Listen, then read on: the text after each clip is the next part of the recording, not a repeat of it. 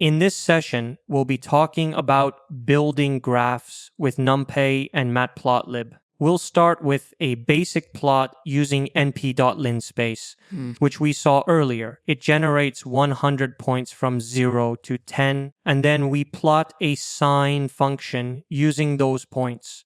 The result is a smooth curve showing the sine wave. np.linspace is very useful for plotting, especially for line plots where you need evenly spaced points.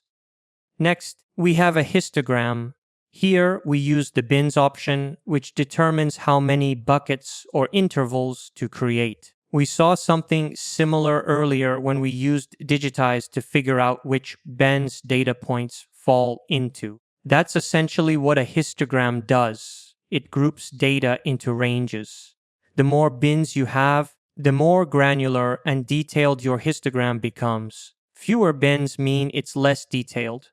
Now, here's an example using np.arange, which is commonly used for bar charts. It generates a sequence of values from 0 to 3, and we plot these with corresponding heights like 10, 15, 7, and 12.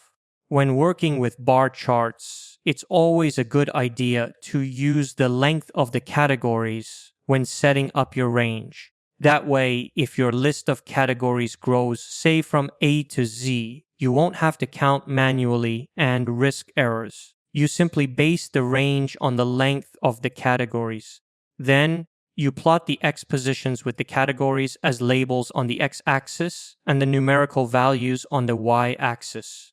Finally, let's talk about three-dimensional plots. In NumPy, we use np.meshGrid, which creates a grid of coordinates from two one-dimensional arrays. This function is especially useful for three-dimensional surface plots. These types of plots are often used in scientific computing and machine learning.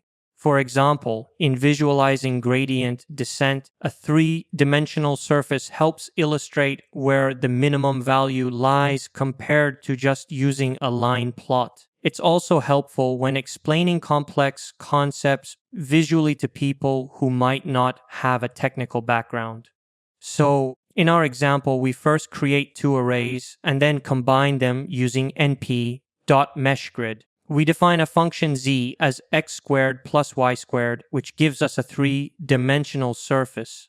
Then, using the MPL toolkits.memplot3d package, we create a figure and add a subplot with the projection set to 3D. We apply a color map, set the transparency with alpha equal to 0.8, and plot the surface using the plot surface function. To make the visualization clearer, we add contour lines using the contour function, setting the offset to the minimum of z. This offset represents the lowest point on the surface, which in this case lies near the center of the plot. This surface is convex, meaning it has a single global minimum. For more complex functions, you could have multiple local minima and maxima. But in this example, it's straightforward. So that wraps up our discussion on NumPy plots. In the next section, we'll be talking about machine learning and data science applications, where we'll see how many of the functions we've covered throughout this course can be applied in real-world machine learning and data analysis scenarios.